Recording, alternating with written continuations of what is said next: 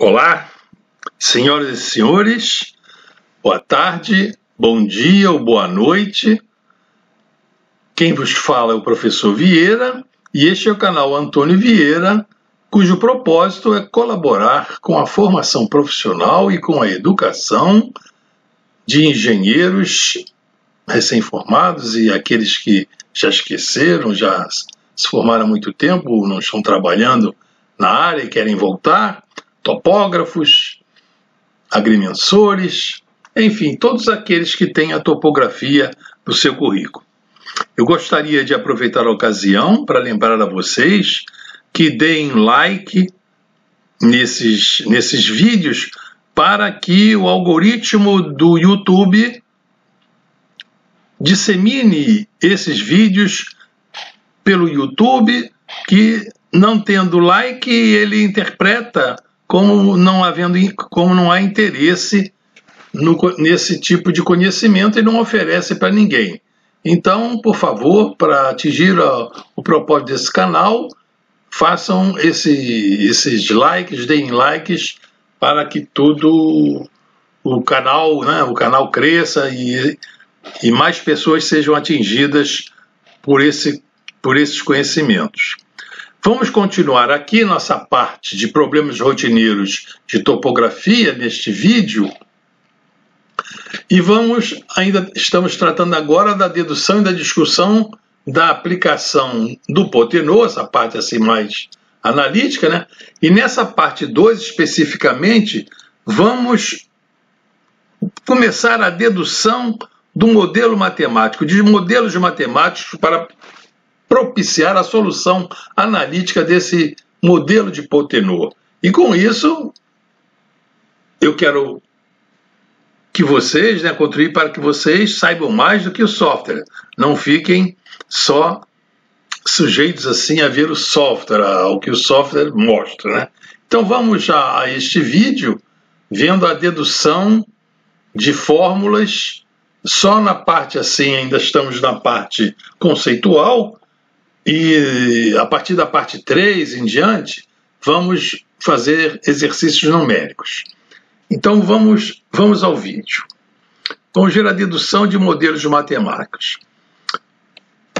O modelo matemático, fundamentalmente, ele se presta ao cálculo das coordenadas do ponto P0, que é esse ponto P0, né? E nós conhecemos esses pontos P1, P2 e P3, e essas coordenadas dos pontos P1, P2 e P3, né, eles estão aqui nesse quadrado assinaladas como A, B ou C, eles vão ser transportadas para o ponto P0 por irradiação.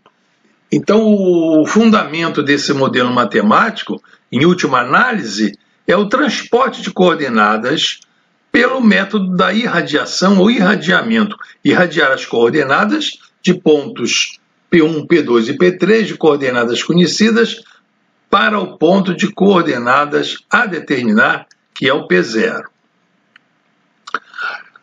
Então, nós temos, nesse problema, vamos destacar os dados conhecidos e dados determináveis.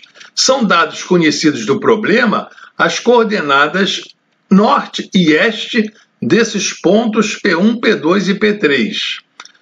E os ângulos alfa e beta, que são medidos com teodolito lá no terreno, depois de materializar o ponto P0 e se visar os pontos P1, P2 e P3 devidamente sinalizados.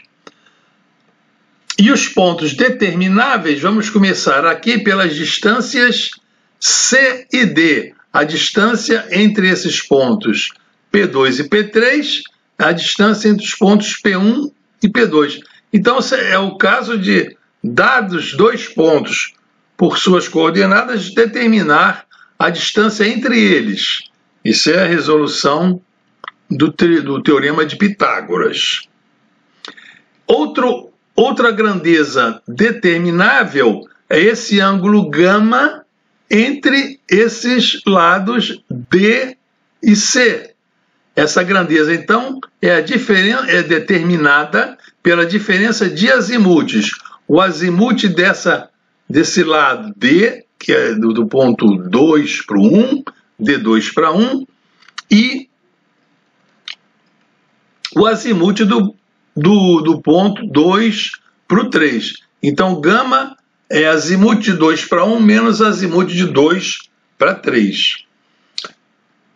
Os modelos matemáticos que podemos destacar, então, são as distâncias, essa distância C e distância D, que será a raiz quadrada dos respectivos ΔN ao quadrado e ΔE ao quadrado, aqui dos pontos conhecidos. Isso aqui, depois faremos aplicações numéricas. Nós temos aqui o ΔN e o ΔE como catetos desse triângulo retângulo, e elevados ao quadrado, estando a raiz quadrada, teremos a distância tanto C quanto D, com os respectivos ΔE e ΔN.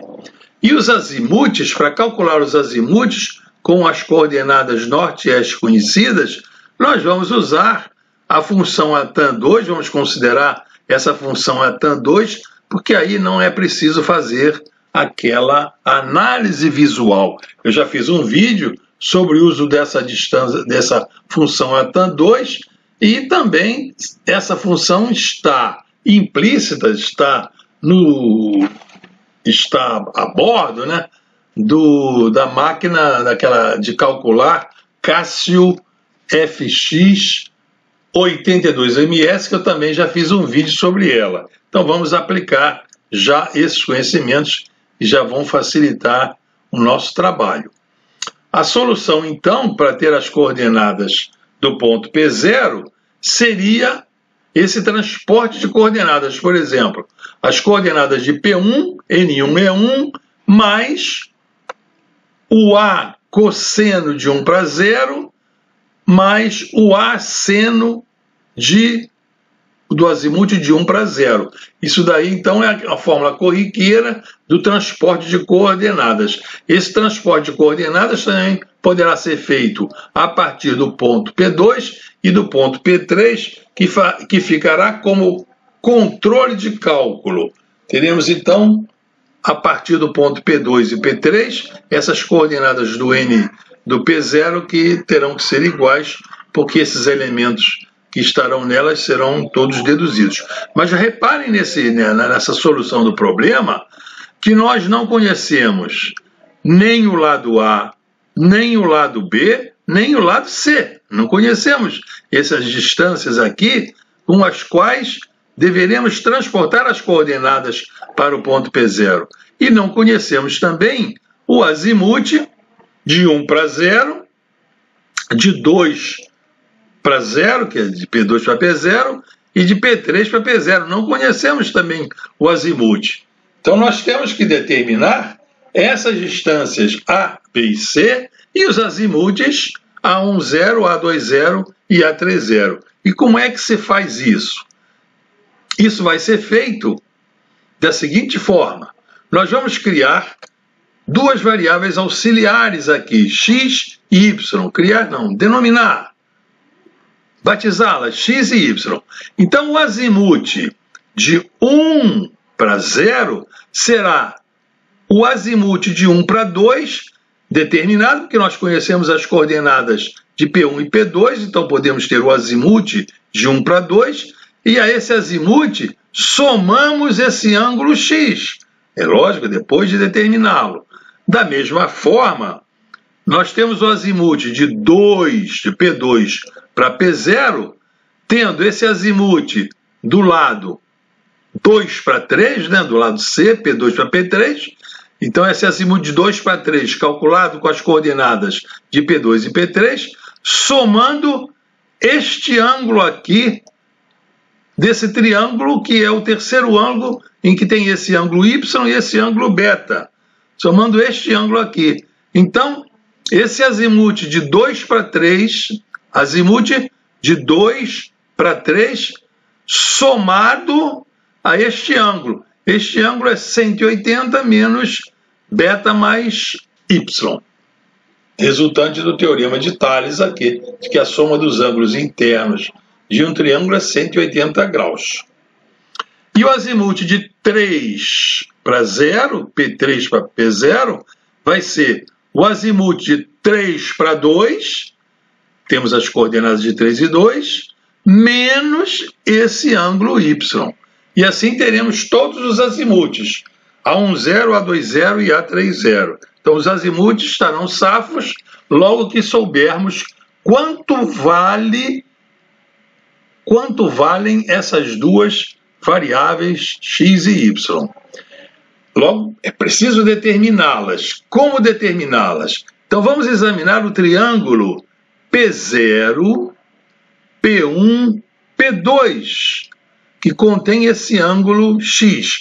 Aplicando a lei dos senos nesse triângulo, nós temos que o seno de x, o seno de um ângulo está para o lado oposto a esse ângulo, que é B, assim como o D, que é conhecido, está para o seno do ângulo oposto, que é alfa. Pronto, já temos aqui uma equação com x. Mas esperem, não temos B. Então temos aqui uma equação e duas incógnitas, o x e o B, não temos B.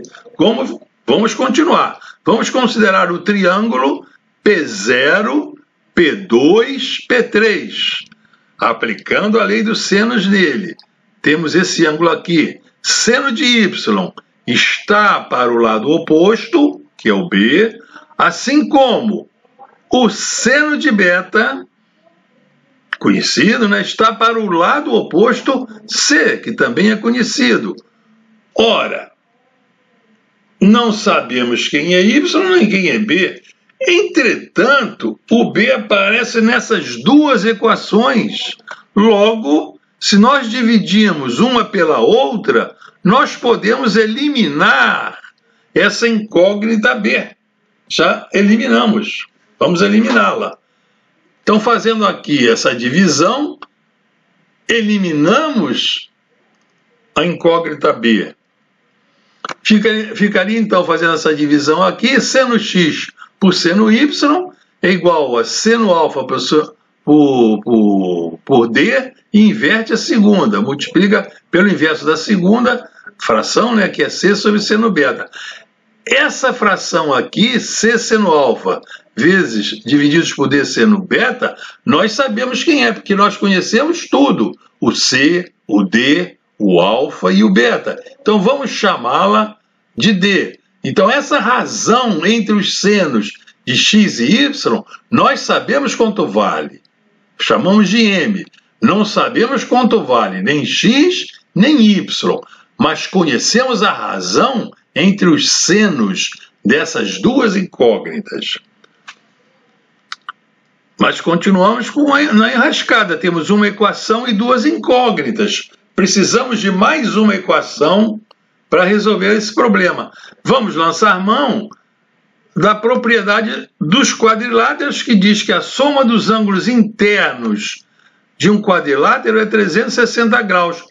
Então, somando todos esses ângulos internos, alfa mais beta mais y mais gama mais x, essa soma é conhecida, dá 360 graus.